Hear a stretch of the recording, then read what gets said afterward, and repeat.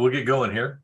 Hello, everyone, and welcome. I'm Scott Birkenbiel, and I'm an April board member and facilitator for the call today. Thank you for joining us for this workshop. And our workshop, Centene sharing session, discussing ways to advance disability community priorities through managed care. I want to mention a few housekeeping items before we get started today. First, when you scroll over the screen, a menu bar pops up. Depending on what device you're on, you can find the menu bar at the top or the bottom of the screen. That is where you will find the closed captioning for today's session. You can view the captioning by selecting the CC tab on the menu bar. For sign language interpreting, you can find the interpreter on the screen. If you would like to change the size of the screen, if slides are shown, you can select the line in the middle, select the line in the middle, or make the slides larger or smaller. If you have technical issues, please use the chat feature. You can find the word bubble in the same menu bar.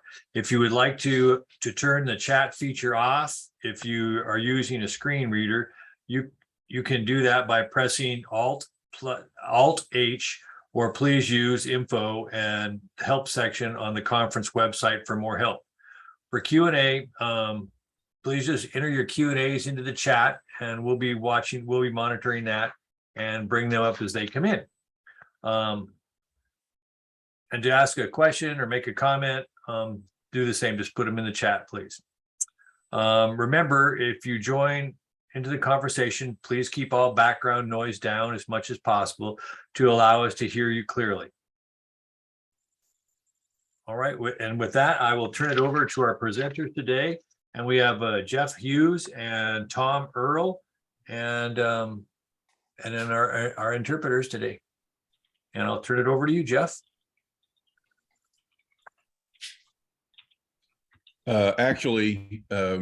Well, hi, everybody. I'm Jeff Hughes. I'm Executive Director of Progressive Independence in Norman, Oklahoma. I've been an April member for many, many years.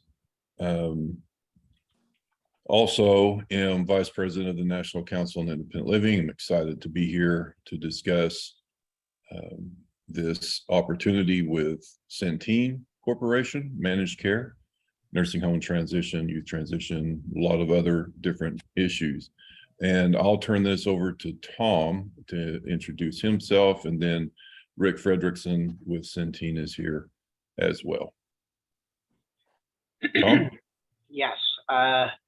Good afternoon, everybody.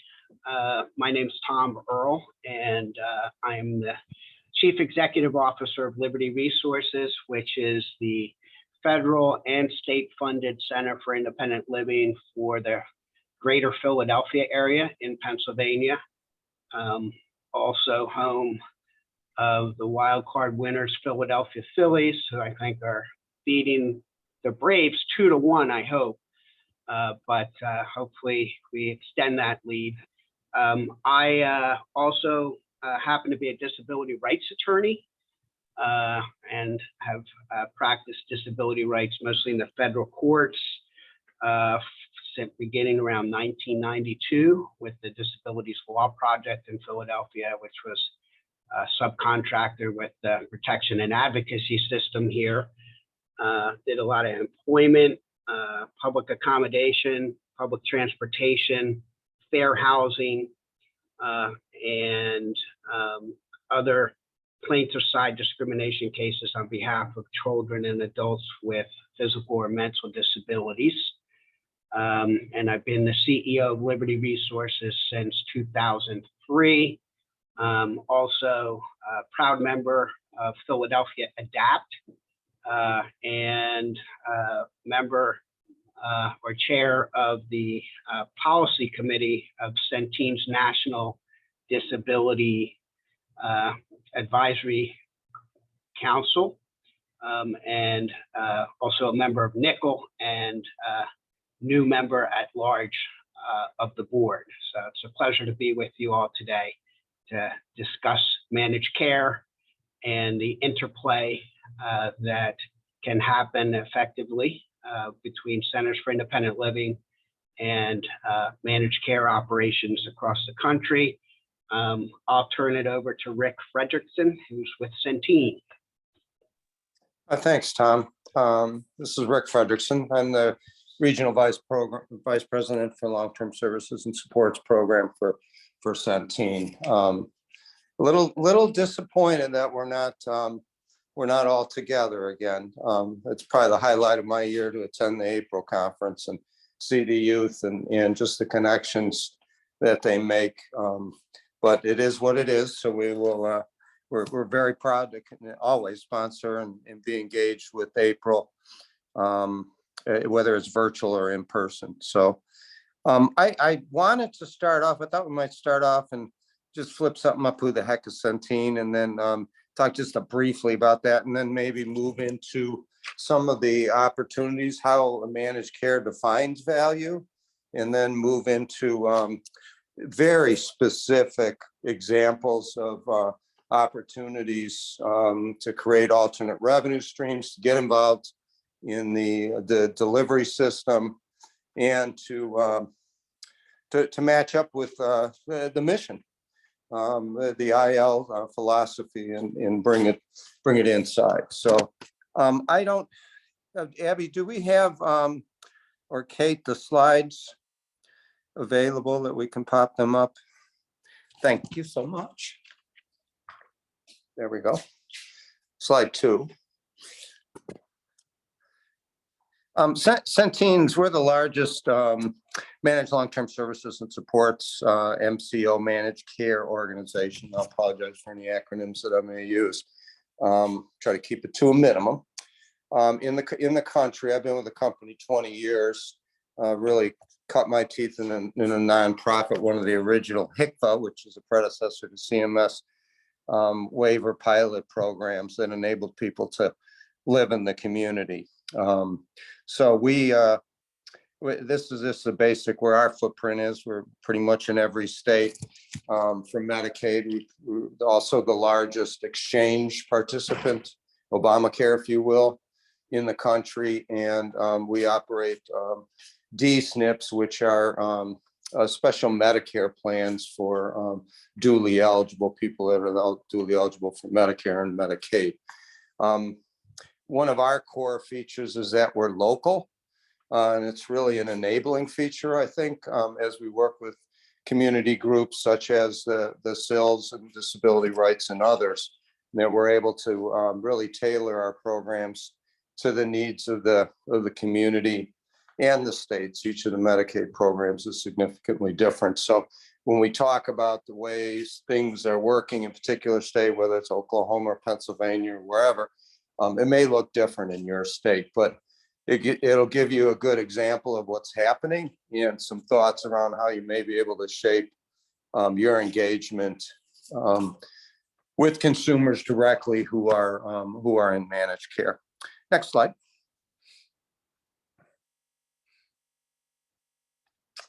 Centene is probably what I'm most proud of, is that we're over 10% of our 70,000 employees are people that self-identify as a person with disability. We're super committed to enabling people to work within our organization in a number of different roles and meaningful positions, doing meaningful work and engaging, including leadership roles. We formed a National Disability Advisory Committee, Colleen Starkloff and I, probably about 15, 16 years ago, and have a number of advisors, very active board that advises Centene on a number of different issues. We worked on emergency preparedness.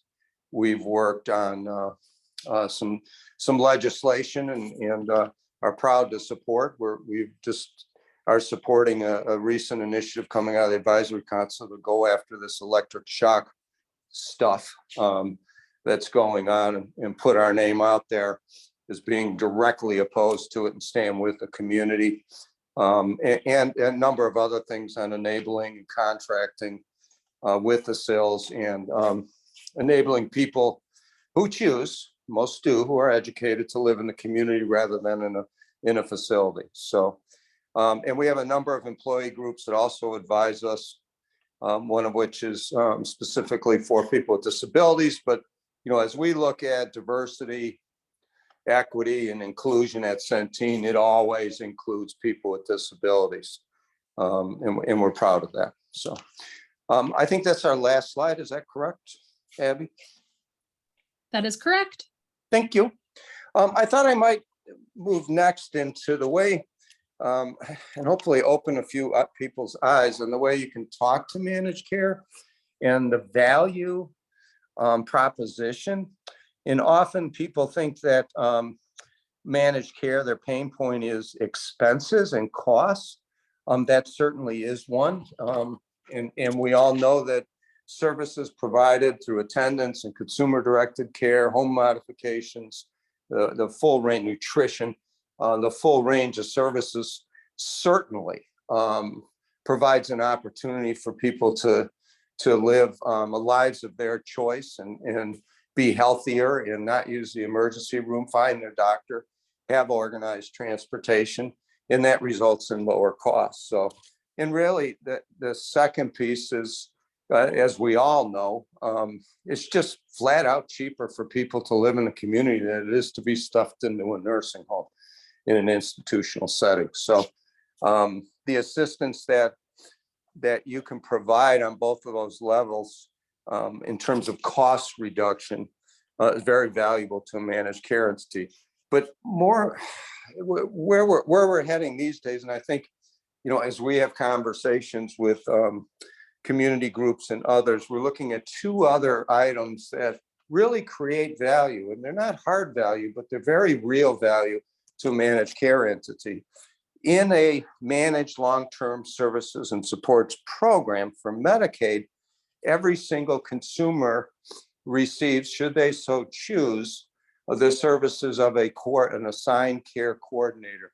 And those care coordinators have caseloads that average by state, but there's a number of consumers they're working with. So that we look at how we can be as effective and efficient as possible in realizing the work that we do in care coordination. Just as an example, we had a program with LEAP in Cleveland where we identified 300 consumers during COVID and beyond that, our care, we contracted with the SIL to really reach out, touch base with those consumers, make sure they were getting everything they needed. And we paid for that program. And it really became an offshoot, if you will, another arrow in our quiver of the care coordinator and someone else that really understood, they were peers, if you will, and understood the philosophies in IL to really help people. And so there wasn't, you couldn't point a finger at a direct reduction in cost, but we certainly could point a finger at the effectiveness of our care coordination entities, which are all internal, all our employees. And we're contracted, mandated by the state to provide that service.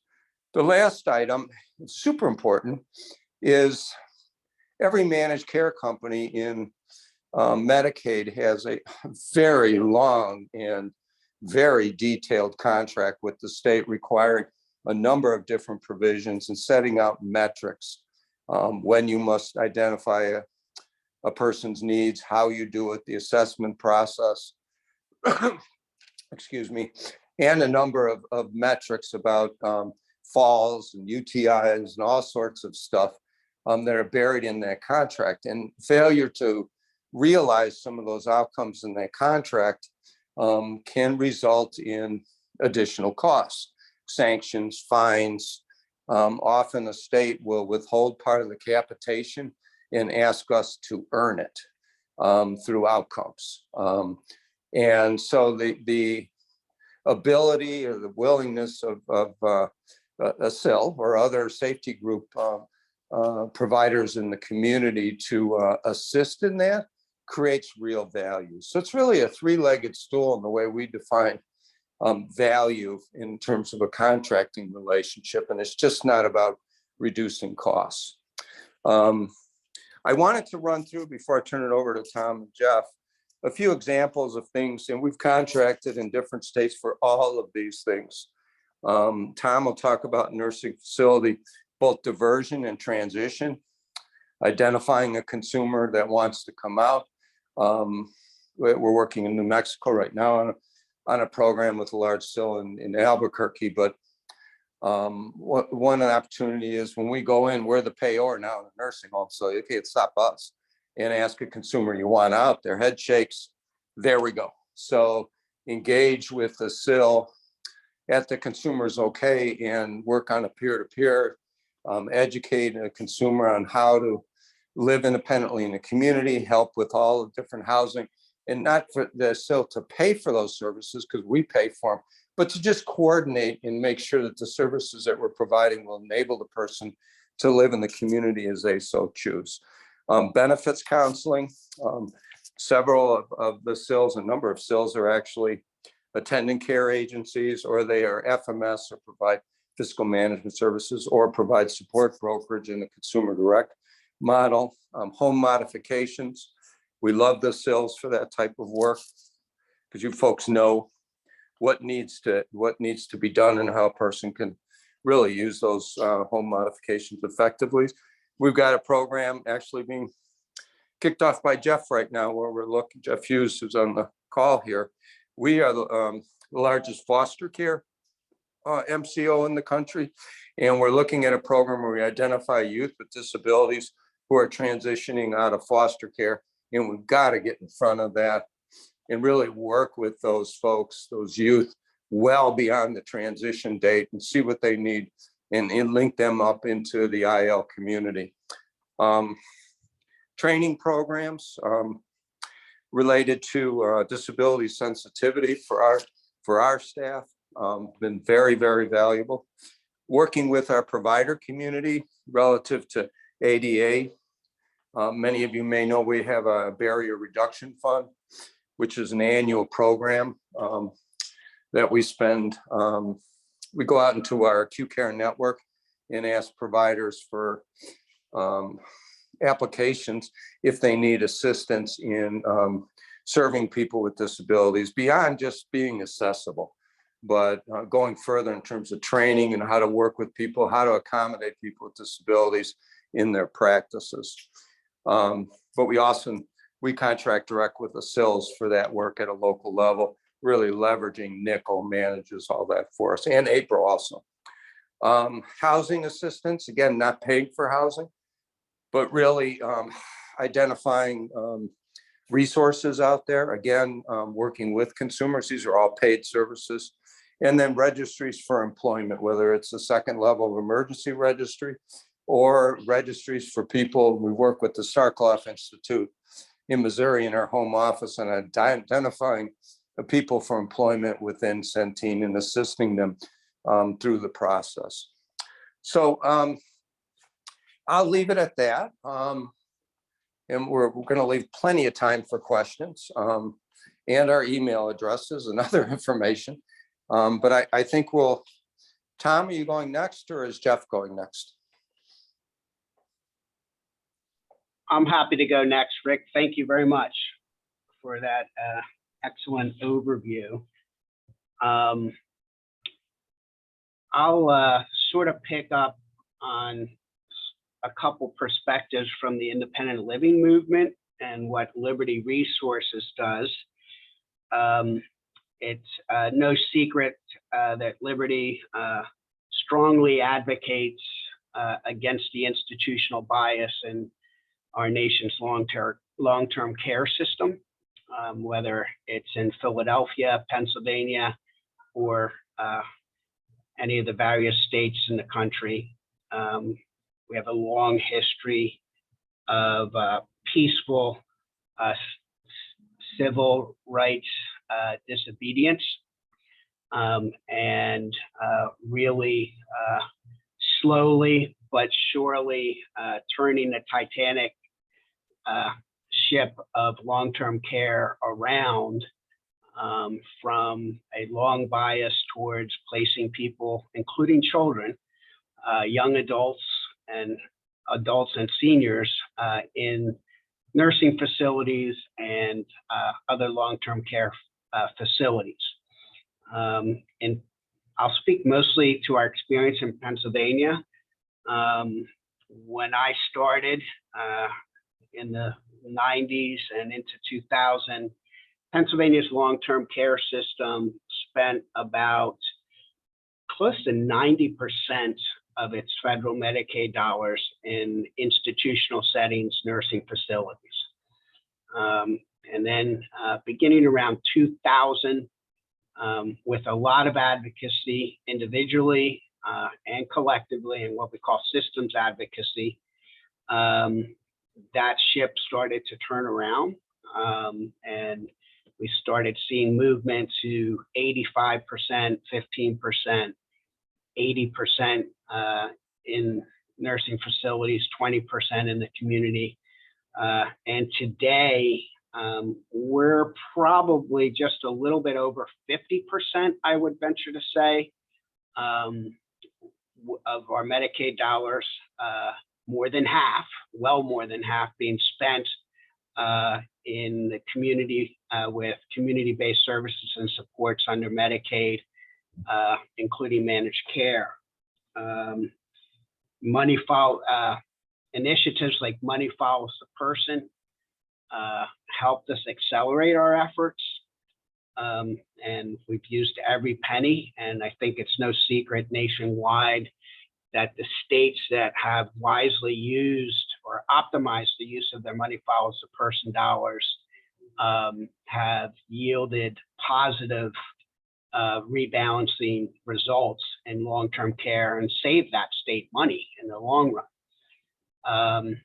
And fast forwarding to 2015, 2016, Pennsylvania, that had long been a fee-for-service model for all of our community-based services, with a pretty robust menu of waiver services, OBRA, Act 150, which was a state-funded attendant care program, the Michael Dallas waiver, a lot of different waivers were sort of streamlined as Pennsylvania moved from fee-for-service to MLTS, Medicaid Managed Care Supports and Services.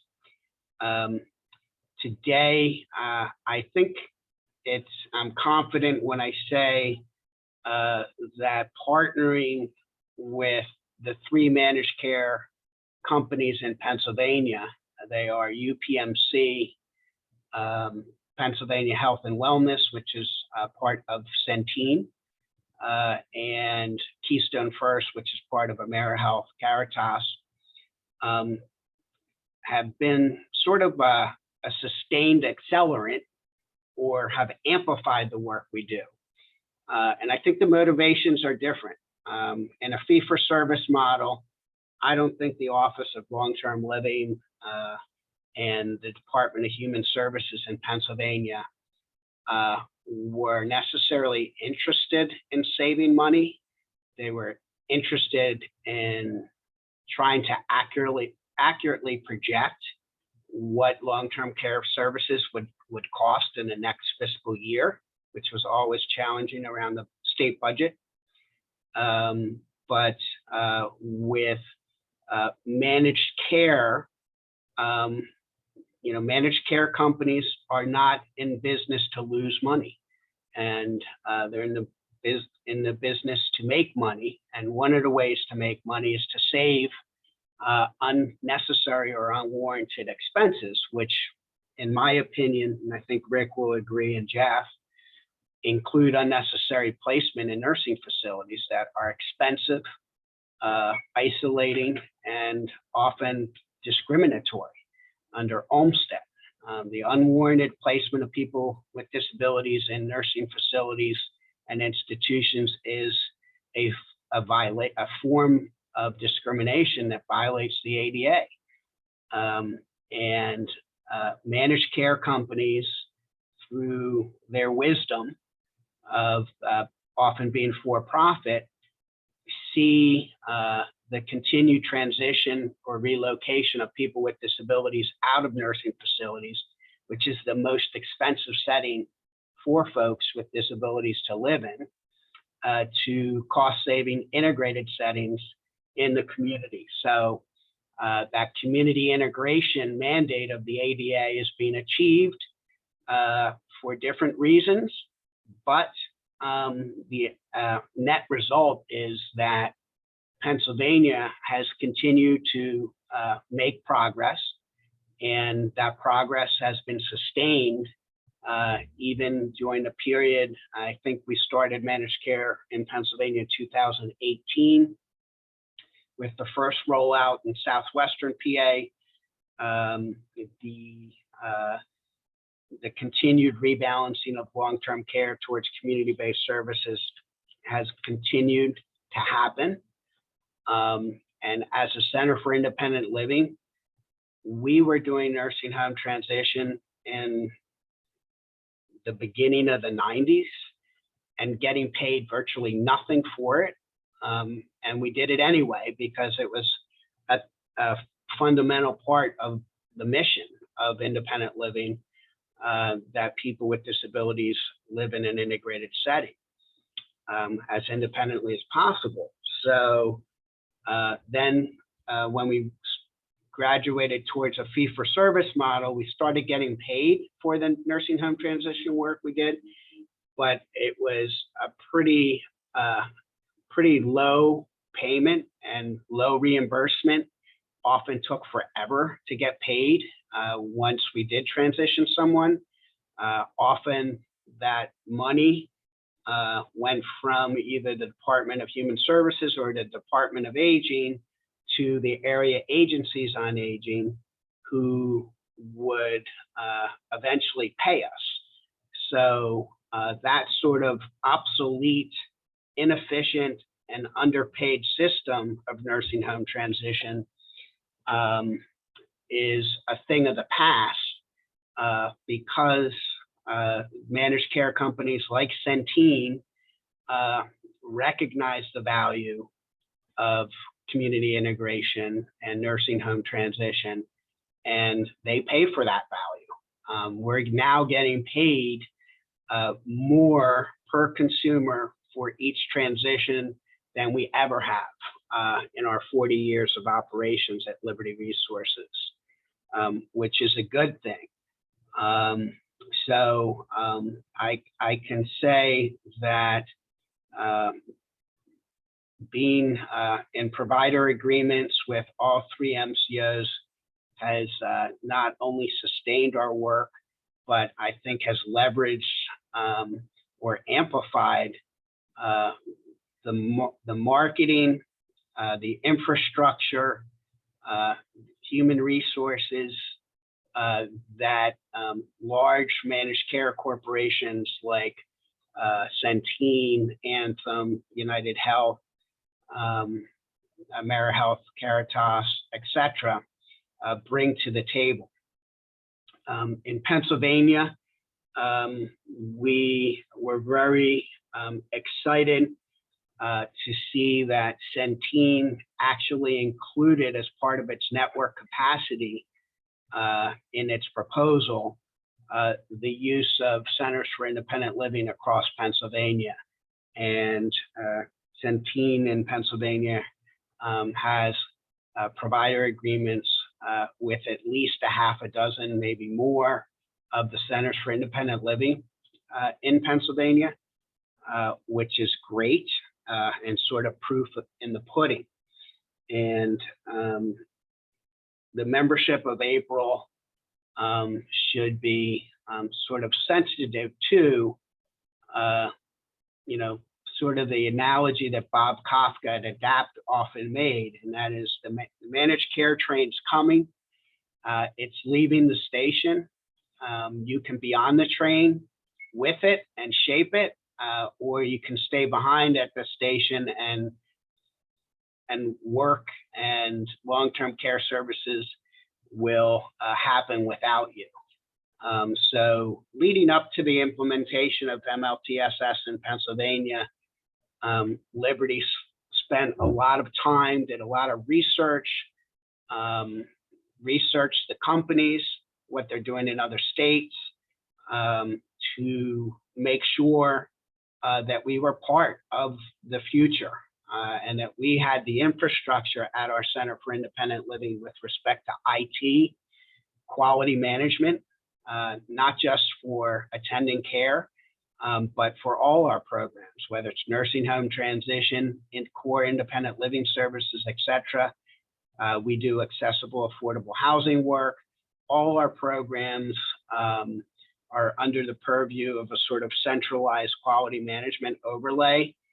And we do incident management for everything we do and make sure when something goes wrong that we learn from our mistakes and try to improve the way we do things in the future. Shaping the RFP process, the procurement in your states, it's very important to do that. We had heard a number of sort of fearful anecdotal stories about when managed care happens in your state. These are some of the terrible things that might happen. And that included sort of unwarranted reduction in service hours or authorized hours of attending care for consumers,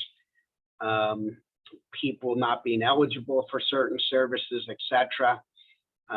We pushed hard to make sure that consumers in each region in Pennsylvania had at least 3 managed care companies to choose from. Consumer choice, consumer control, consumer direction are fundamental aspects of independent living that have to be upheld and have to translate into the procurement process. And we wanted choice. 3 is not great, but 3 is a lot better than 1 or 2. And we understand that Pennsylvania will be going through the procurement process again in the next year or so. And we hope to see the choice increase in each region from 3 to perhaps 4 or 6. It's more work, but consumer choice, I think, yields a competitiveness that forces the managed care companies to deliver their services in a way that supports people's independent living needs. And believe me, word spreads among consumers when hours have been reduced or there are other unpleasant aspects of managed care that they confront. So that's something we were worried about. To address that concern, we made sure that in the proposal, we wanted a safe harbor. And we wanted that safe harbor to actually go back 2 years, that looking back at each consumer's authorized hours over the past 2 years, that that was the starting point that had to be preserved going forward for at least 2 years. That sort of continuity of care, that's a term you might hear. We kind of won that. We got 6 months. And 6 months is better than 0. So for the first 6 months that Pennsylvania moved into managed care, the managed care companies could not reduce the hours that people had for attending care. That's something that's important as other CILs around the state begin to come into the managed care landscape. Sort of a safe harbor / continuity of care. Choice, again, push for as many managed care companies as you can, at least 3. And when it comes to nursing home transition work, all CILs should be doing it. It's sort of a stated core services, youth and nursing home transition. It's important to educate the managed care companies on the value of serving people in the community versus serving people in institutional settings. We all know we can serve about 2 2.5 people in the community for every one person that served in an expensive nursing facility.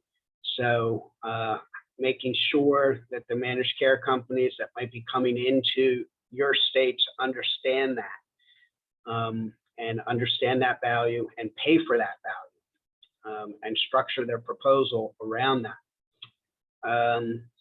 The other thing Rick mentioned, adaptive mod and housing. As we look across the country at social determinants of health, it's sort of a no-brainer that people with disabilities who are able to live in affordable, accessible housing are going to do better and have better healthcare outcomes, better quality of life than if they're routinely facing evictions and sometimes even periods of homelessness. It's pretty hard to go to the doctor and keep up with your meds and other things you need for your disability or medical conditions when you're struggling to keep your apartment or home. Liberty, accordingly, has invested a lot of money in housing, so much that we started our own affiliated nonprofit housing development corporation, because we know under the 504 regulations of the Rehab Act that federally funded CILs are not allowed to own and operate housing. So like water around a rock, we figured out how to do that legally and started another 5013 organization that focuses on acquiring, renovating, building accessible, affordable housing. Typically, they're one-bedroom units, and almost all of the units, we're approaching over 100 now, are occupied by people that we move out of nursing homes.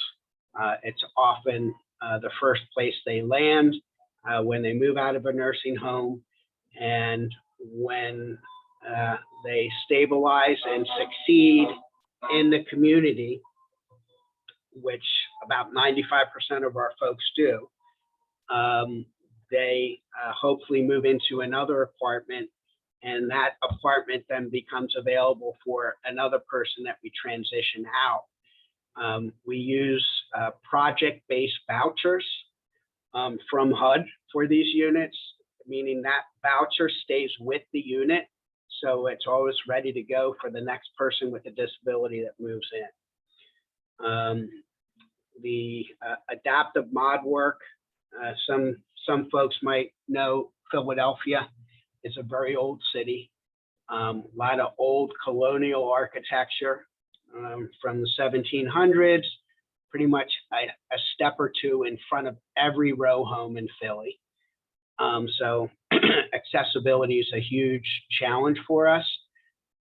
So we have a pretty robust adaptive mod program, and adaptive mod is part of our managed care reimbursable work that we do in Pennsylvania. And the needs of the community vary from city to city, state to state. In Philadelphia, there's a big bed bug problem often.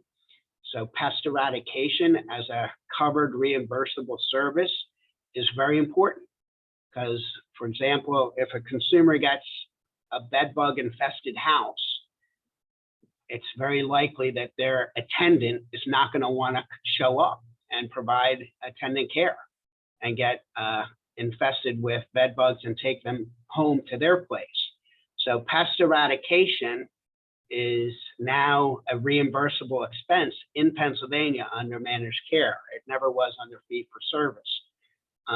But without it, people lose their attendant care, they get sick, they end up getting infections, they end up in ERs or hospitals or nursing homes because of the lack of community-based services, because their house is infested with bed bugs. So adaptive mod is a big thing to look at, and it's a great sort of entry point for small to medium-sized sills to begin doing some of this work in addition to nursing home transition. I think we also have started a home care agency that provides attendant care. We're probably one of the few agencies in Pennsylvania that help our attendants organize and form a union, the United Home Care Workers of Pennsylvania, which was a combination of labor between 1199C and SEIU of Pennsylvania. The goal is to make sure that we pay our caregivers as much as we can and push for a reimbursement rate that will cover overtime and healthcare benefits for attendant care workers. So a lot of work to be done. We also do supports coordination and for all three of the managed care companies. I can say one of the problems or areas that needs to be improved, and something I'll follow up with Rick about and other members of the managed care community, are caseloads. When Liberty started doing supports coordination, we thought 30 to 40 people, 30 to 40 consumers was a high number of consumers for one supports coordinator to properly manage with quality, doing the visits, doing the check-ins with their consumers. Those under managed care, those caseloads soared. They're probably never below 55. They've been as high as 70. And we're going to advocate in the coming months that they not exceed 50. Supports coordination is a tough job, especially in a city or rural area where you need to get around and get out to consumers' homes. You know, 70 is just unrealistic. People fall through the cracks, the quality of care decreases, and people's healthcare outcomes decrease too. So we want to make sure that caseloads for supports coordinators are reasonable and help us retain our supports coordinators. Many of them leave because it's such a high burnout with that much stress and work. So that being said, I'll pause there and switch over to Jeff Hughes and let Jeff explain his work. Good work. While we're paused, we've had a few questions come in the Q&A. This is Abby from April. So I don't know, Thomas, if you want to handle these or if we want to open it up to all three of you. Our first question came in from Shaylin and Herman from the Partnership for Inclusive Disaster Strategies. They've asked, can you talk about how SILs and advocates can leverage managed care organizations and systems to ensure people with disabilities have better outcomes before, during, and after disasters and emergencies? Sure. I can, as a member of Centene's National Disability Advisory Council, the focus on and attention to disaster relief has been discussed a lot.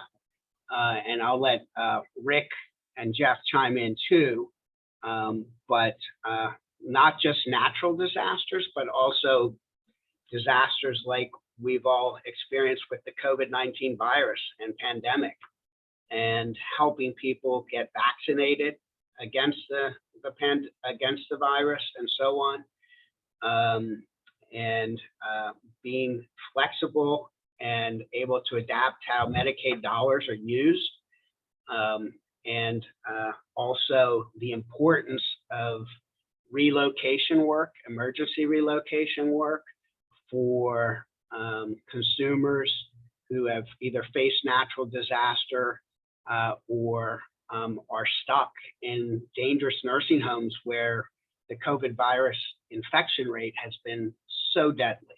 I think Pennsylvania ranked #1 in the number of COVID-related deaths in nursing facilities. So leveraging FEMA dollars,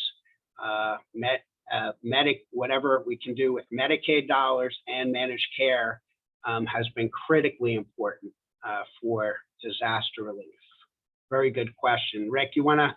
Yeah, that's a great question, because I look across the state, across the country, and the work that we did with during COVID, and I'll just, throw that out. But there was so much from New York, the SILs out there funding touch points. In Dade County, we funded a lending library through the SIL, where people could get connective devices. I talked a bit about what we did in Cleveland with Tom and with Mike Oxford's operation in Topeka. We're big fans of consumer direction.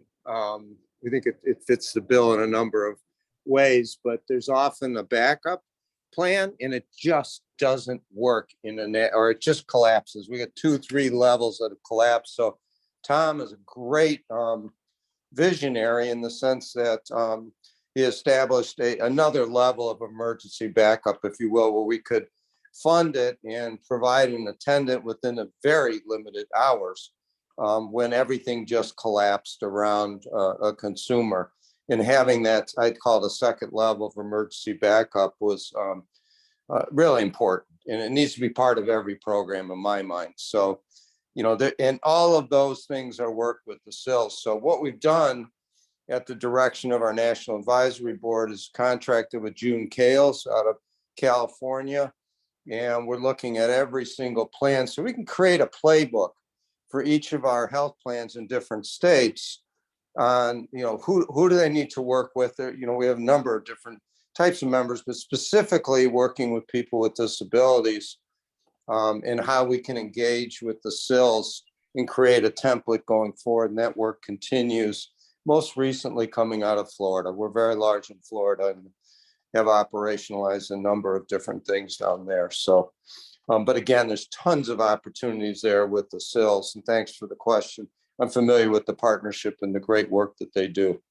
So, Jeff, I don't know if you want to say anything. Well, I'll always say something if given the opportunity. It is a great question. And, some of the challenges, obviously Oklahoma, if Pennsylvania is number one in the deaths in nursing homes, I think Oklahoma is going to rate right up there behind Pennsylvania. And unfortunately, our governor gave a significant amount additional to nursing homes for whatever reason during COVID. I don't know what the rationale, what he was thinking when he did it. So, that inherent thought pattern by our governor and a lot of members in the House and Senate of institutional care is still lingering. And here, we're very excited about having the opportunity to work with Medicaid managed care companies like Centene, and to address a lot of these problems. And I know from just being involved with several different Medicaid managed care companies, their approaches in addressing this whole issue of emergency preparedness, and the plans that are sent out, like Rick described, a playbook, the amount of funding that's set aside for centers to participate and get engaged in setting up clinics, if you will, which is what we did here in Norman. We set up a series of clinics for people with disabilities to come in, get their vaccination, because of how our state was just really, and I don't know, I'm sure a lot of other states were doing the exact same thing and running into so many different problems in trying to utilize some type of electronic system to get people authorized and work through their waiting lists and stuff like that, which people with disabilities, especially in rural areas, were being completely left out of that whole system, and older people as well. So We received funding from Centene, we received funding from Anthem, tons of support from both. And not just in the amount of, not just in the way of funding, but also guidance, training, additional information that we could, other resources that we could connect with other people. The partnership, obviously, Paul Timmons and June Isaacs Kale, so many people. And that's one thing that I don't feel a lot of people really recognize too, is that the amount of support and resources that are provided to an entity once this approach is taken. So again, it's a great question, but and just wanted to share that perspective too, about being able to offer those types of clinics in urban and rural areas. And I can't remember the numbers, but they were pretty substantial because people with disabilities, as we all know, were just being completely left out of all of that, the vaccination issues.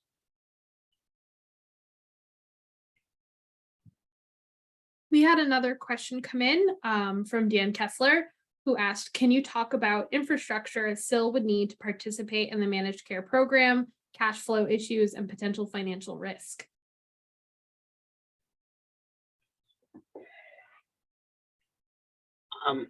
If I can, I'd like to start on that and then turn over to Tom, because I think, I'm finding that when we go in and we talk to folks, it varies. And, Tom's just got a fantastic SIL there, and people like Phil Pongrazio, his SIL, Ability 360, Chris's SIL now. There are some SILs in Colorado that have just amazing infrastructures and have built capacity to provide a turnkey solution.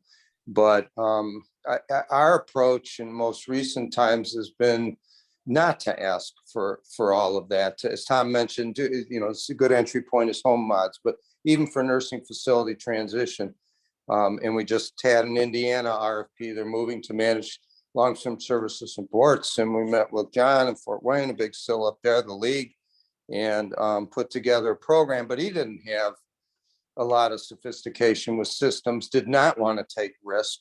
So we worked out a program that's really a cost plus. So whatever the expenses were, and just because you're a SIL and you're nonprofit doesn't mean you need to make money. In fact, we'd rather see you folks make money because you're going to use it in the right ways. It isn't going into people's pockets, it's going back into the consumers of the community. So, and then add some sort of margin onto there to ensure that the SIL is protected. Use our systems, if you will. We can actually I can pay off of a piece of paper if we have to get things going. So really not have to build the whole infrastructure up front, but to create some funding streams to help hiring of people, training of people, using our systems, if you will, for documentation, reporting purposes, allowing the SIL access directly into an instance, if you will, of our system to create documentation, and then just move forward like that.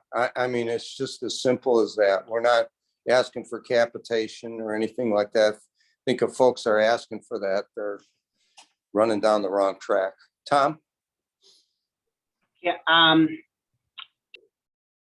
we had to increase and improve our infrastructure, in particular IT, in the areas of IT.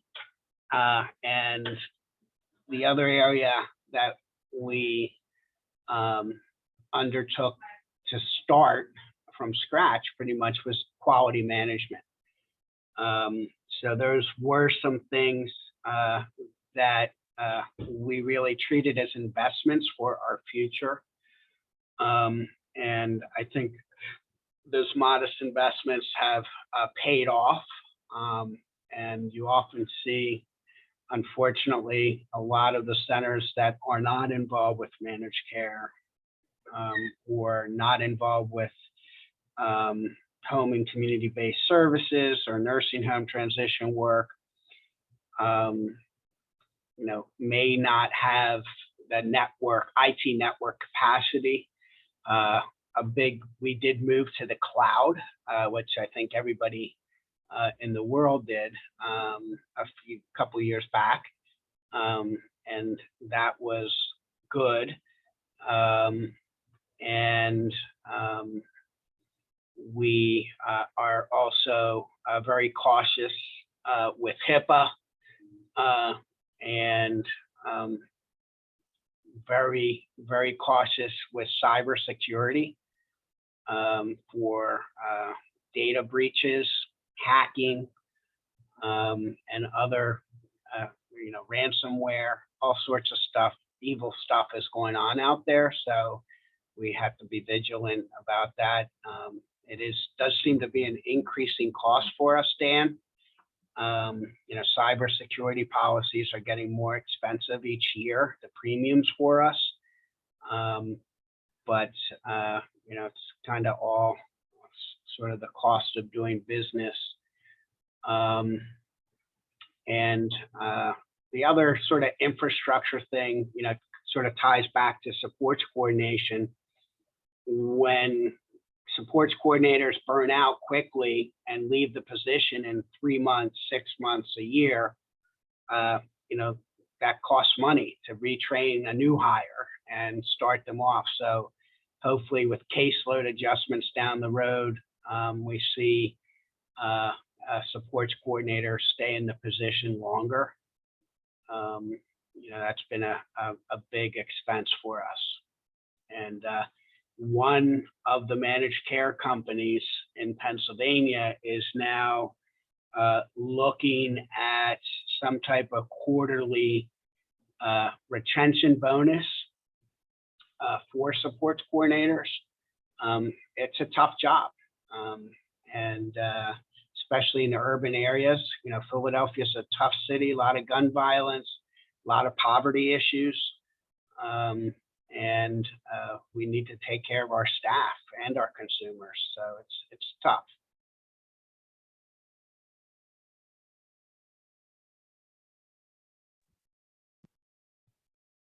And we did we've not experienced this with Medicaid, with Centene, with managed care yet, but we used to do our case management services under our elderly and disability waiver, which was administered by Department of Aging. And we had to go ahead and upgrade all of our IT stuff just to meet those requirements there. I got rid of that contract for lots of different reasons, and I'm happy to go into that a little bit later.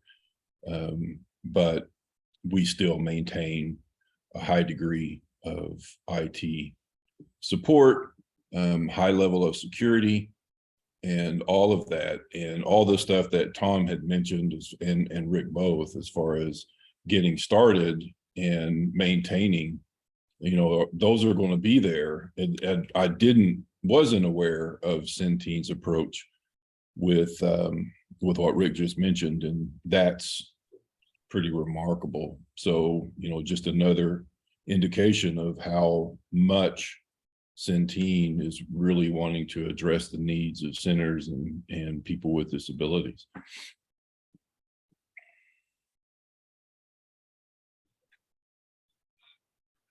Hey, Abby, this is Kimberly Tito, and I just want to say thank you all three of you. You're awesome.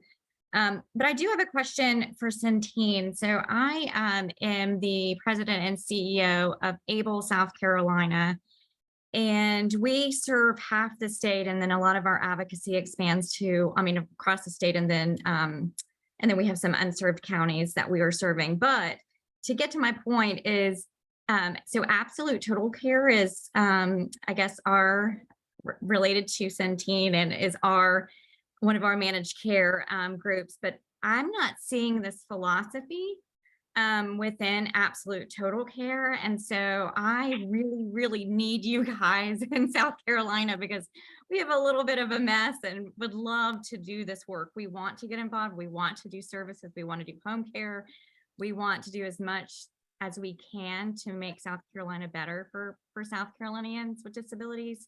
But I feel stuck It's Rick. I sent you a note in the chat with my email, and we can engage. You know, we have those dual demonstrations down there. They don't have managed long-term services and supports per se, but a lot of states are moving in that direction now with the sunset of the dual demonstrations. The states are, CMS is going to be putting out some pretty heavy incentives from a FMAP perspective and others and other incentives for people to get to integration for the dually eligible. People have Medicaid and Medicare of all ages.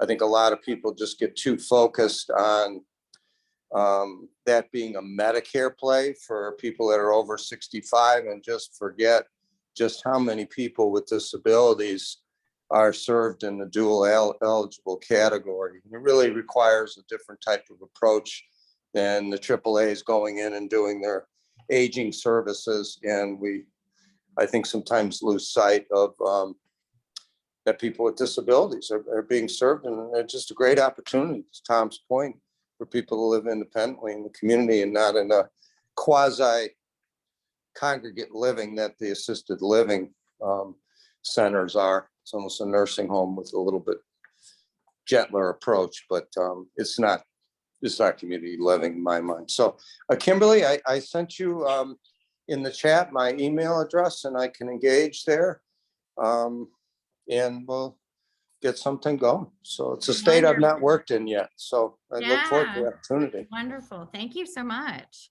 Yeah.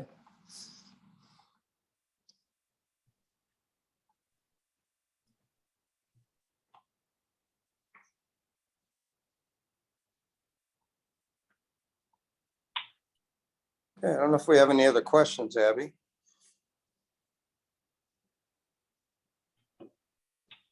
Nothing coming in the Q&A at this point. Looking in the chat, lots of comments about thank you everyone for this session. Thanks for your responses, very helpful. Really appreciate this session as Indiana prepares for this change. Great to hear you, Rick. That's John. Yeah, John's on. Yeah, it's just fantastic still up there in Fort Wayne. Just doing great work, long-standing still. So again, there's an opportunity there. I think, one thing I will say, and let's all, let's face it, the AAAs in a lot of states have a lot of political cachet. There's a lot of funding that's coming out of ACL and elsewhere. And it differs, of course, but I think there's an opportunity there to, I don't want to call it this, but keep, people stay in their lanes and understand, the way we approach it is the sales should be engaged with people with disabilities of all ages.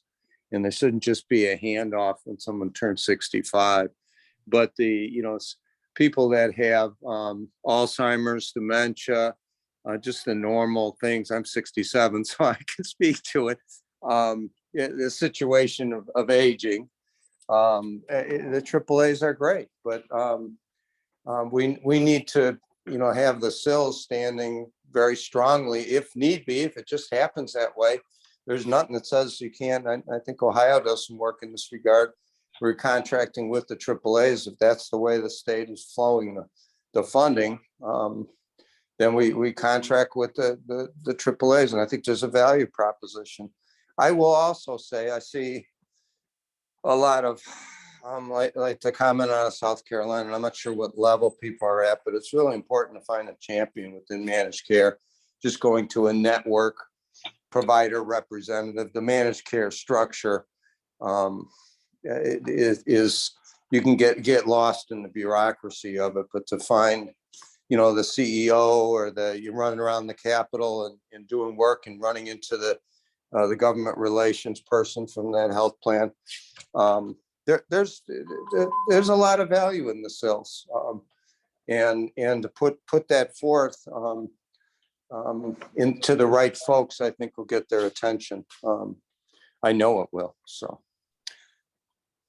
getting the right level is really important. in your conversations. And again, anybody that wants my email, I'm out there, and we don't do exclusive deals with anyone. So anything we may do, we would encourage actually the SIL to go to other MCOs and present that concept to them. If we get, and to say, we're doing this here. So, and vice versa. I hate when somebody just says, you can only work with me, and try to create an exclusive relationship from a competitive perspective. Medicaid's not that way. Consumers need choice, and they don't need to be marketed to. They need to make their choice. That's kind of the way Medicaid's always been. So thank you for listening to all of us.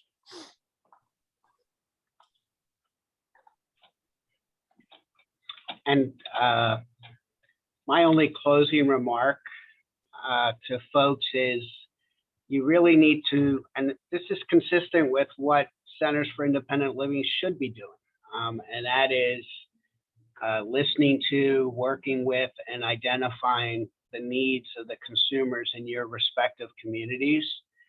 So the issues that I discussed in Philadelphia might not be issues that are important to consumers in Nebraska or Wisconsin, or urban areas versus rural areas, etc. For example, bed bugs, that might not be a problem in your area. But identifying those needs and making sure they're addressed and reimbursed is important to keep consumers healthy and living independently in those respective areas geographically.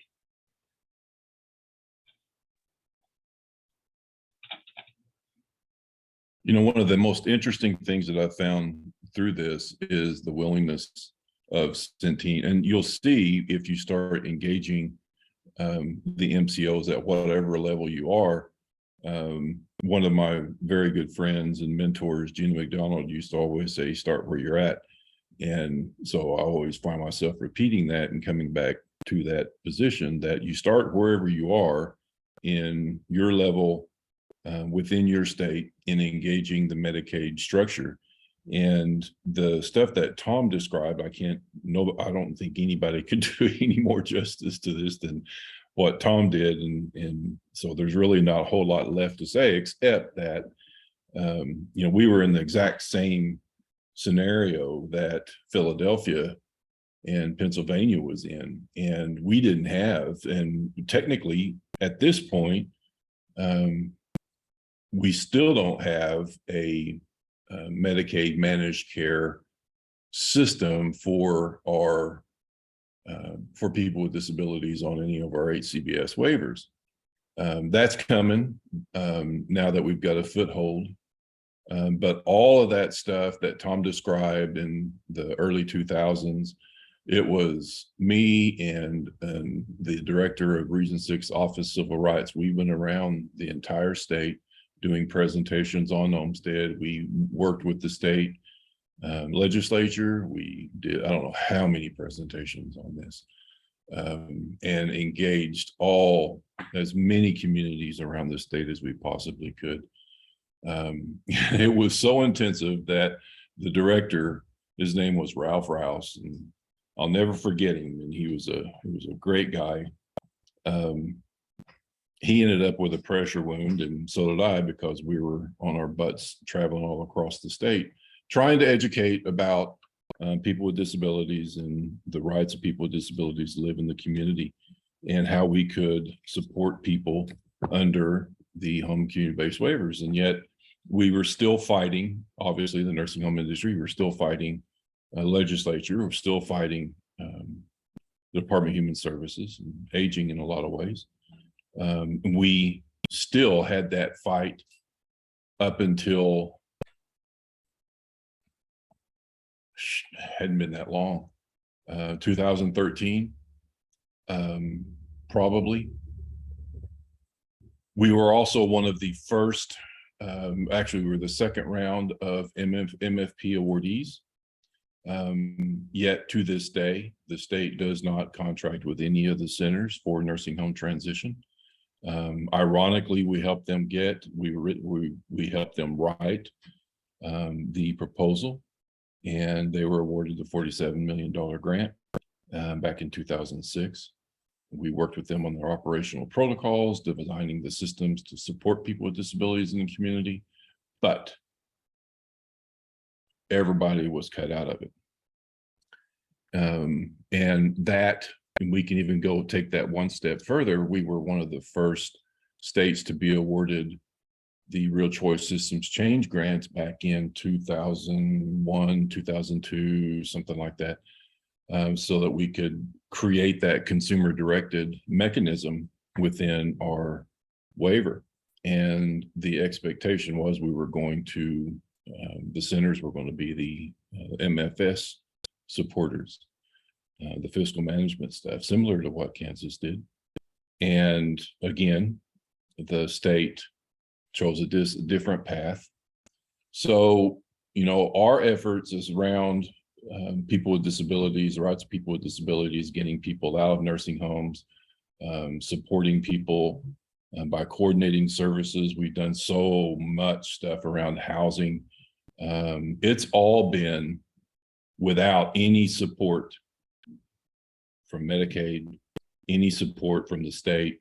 It's only solely due to our federal allocation, Part B, the grants and stuff that we write and stuff like that. So it's such a refreshing opportunity to be able to engage a large corporation, or 2 or 3 different large corporations who want to address these needs, come up with strategies around supporting people in the community. There is a story that I told Rick not too long ago, that with this project that we are getting ready to embark on, which is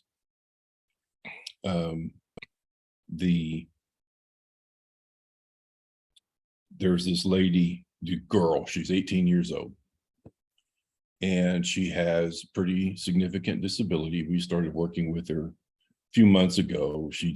Her and her family just found out about us they're in a whole different other area of the state, under the foster care program. And like I mentioned, she's 18 years old. She has spina bifida. She has some behavioral stuff. She came up through the foster care program, no supports, nothing. She went to she just graduated high school. She applied for support under our aging and disability waiver, but because she is 18, she does not meet the eligibility criteria of being an adult. So she also does not meet any of the waiver criteria for the IDD side. So she's left only trying to receive state plan personal care. Her needs are pretty, she has some pretty substantial needs. I mean, she needs supplies, incontinence supplies and things like that, needs RN support, probably once a month, and needs personal care services as well. So her and her family applied for state plan personal care, and they were denied.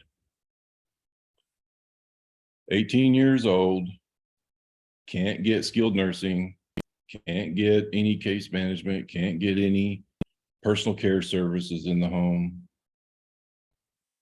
And there is no way, I mean, obviously she's appealing, trying to get back on it, but she's still not eligible for the waiver. So here comes this new program that we're going to work with Centene on, and we're finally going to be able to address this population that has gone without for such a very, very, very long time. And it is the very first step that we'll be taking into getting into other areas by hopefully working with the waivers, creating new avenues for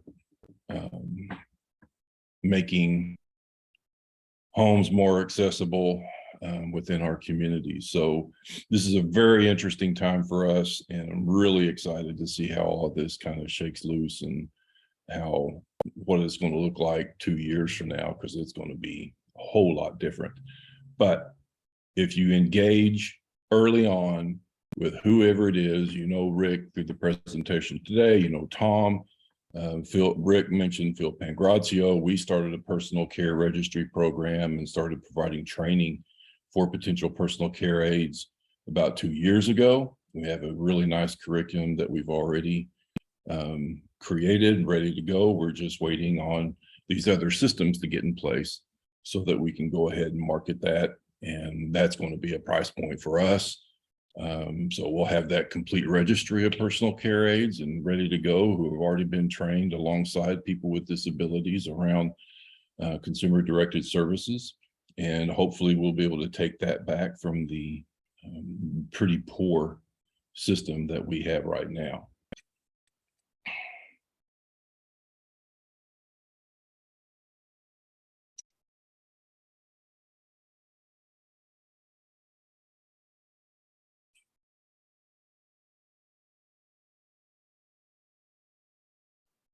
Reminder to anybody that is attending this webinar today that you're welcome to send questions in the Q&A box or share questions and comments in the chat. You're also welcome to raise your hand. We do have about 10 minutes left. So if there's anything you'd like to know or anything you want to share with our panelists today, please feel free.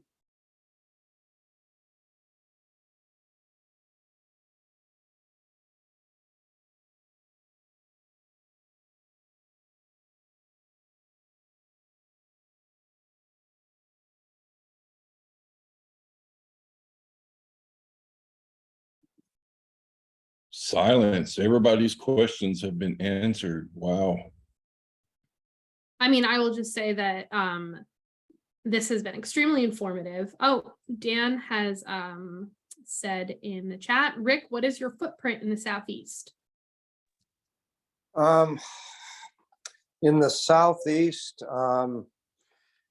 in terms of MLTSS, we're in Mississippi, but of course, nursing home lobby. Same with Louisiana, very large participants in both those programs from Medicaid. There are opportunities there in the foster care programs. I'm working with our national leader in foster care right now. In fact, she came out and met with Jeff in Oklahoma City. And we had a great discussion about this issue of transitioning youth out of the foster care program. It's a huge gap, and the SILs are the only solution in my mind. So for all MCOs. So we are big in Florida and actually have a presentation from the SILC right now. We did some work with Peter O'Connor out of Dade County and are headed in a direction transition, training, all the things we talked about, kind of a package of services there. We're very, very large in Texas, and I've known Bob for probably 25 years. I ran the original Star Plus program there, which was a pilot for MLTSS back in '97. So we're not in Tennessee. Would love to. We bid it and worked with Memphis SIL and the Nashville SIL and putting together some programs. Again, some folks that just don't do anything with the current managed care programs. A little disappointed in that one, but we include it in the RFP.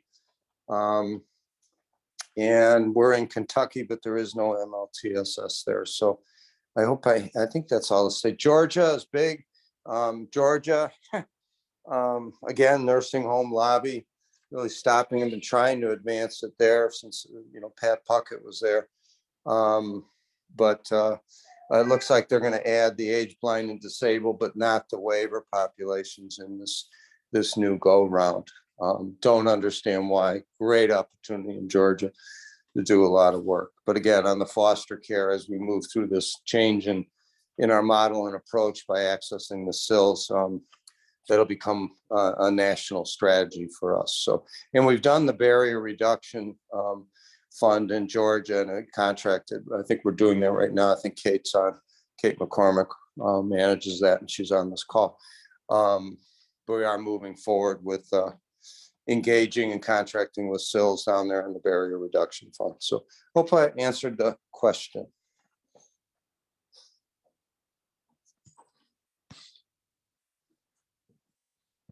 We also have a hand up from Patricia McGinnis.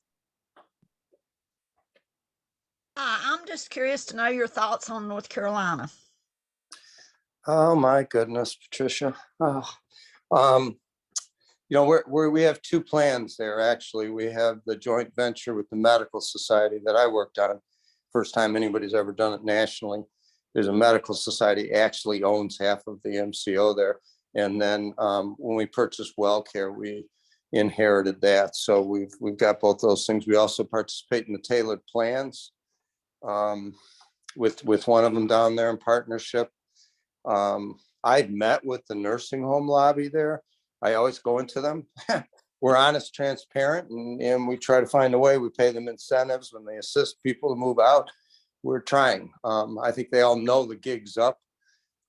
They were fairly friendly there. Julia and Charlotte I met with a few times, wasn't really interested, but there's a woman in Wilmington that I met with, and then some folks in the Triangle also that were doing some interesting housing work. But hopefully, you know, it's supposed to come, but it's hard to tell. There's some very large regional nursing home operators there that play political. The nursing homes, by the way, will never wave a flag for managed care. Our success is just too, it's just too documented. It's too out there. There's no conversations. We will move people out of nursing homes when they want. We will. So if there is no MFP in a state, we go ahead and add it with our own dollars, which we did in Florida, $5,000. Indiana has, I think it was 2,500. We doubled it in our RFP. The ROI is there. And it's the point of the program. There is no other point of the program in my mind. It's just to get creative and flexible and enable people to live in the kids. I end my days in this career. It's about the only thing I can point back to. I spent time as a CEO in Arizona, and there only 26 times, point on the numbers, 26% live in nursing homes, those that are level, for 26%. So huge successes. And I think the nursing homes know that. And, fortunately or unfortunately, and I think it's unfortunate, they took a very bad political beating through COVID. I think some of the truths came to the forefront in a lot of ways. And there are good people that work in nursing homes, CNAs, and we want to support them with training. And if people choose to live there, then we got to do what we need to do to make the quality as best as we can, and train the CNAs and provide some behavioral health supports and try to do what we can do, to assist the network. So Rick, this is Scott. I'm sorry to interrupt you, but I want to give you your 5-minute warning, folks. Yeah, it's good you did, because that I could go on for days about that particular topic. So I'm sorry, Patricia, for going on, but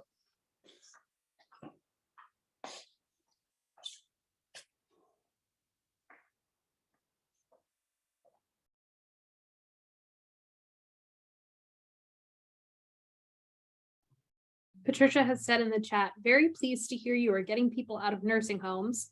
And Larry says, great presentation. Thanks to everyone. And Dan says, thanks.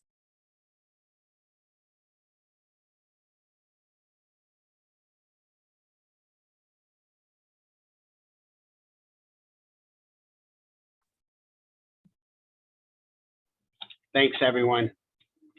And before people sign off, this is Scott again. And I'd like to ask everybody to please take the time to complete your evaluation when the webinar closes, as this lets us know how we can continue to improve and keep providing training that you find most useful. Thank you all for joining us, and we look forward to having you join us for the next sessions that are starting at 2 p.m. That's 2 p.m. Mountain Mountain time. Yeah, it starts on 2 the p.m. hour. Mountain. Yeah, I'm in Mountain. That'll be 2 p.m. Mountain time, but we're on the half hour now, so they all start on the hour. Thank you, everybody.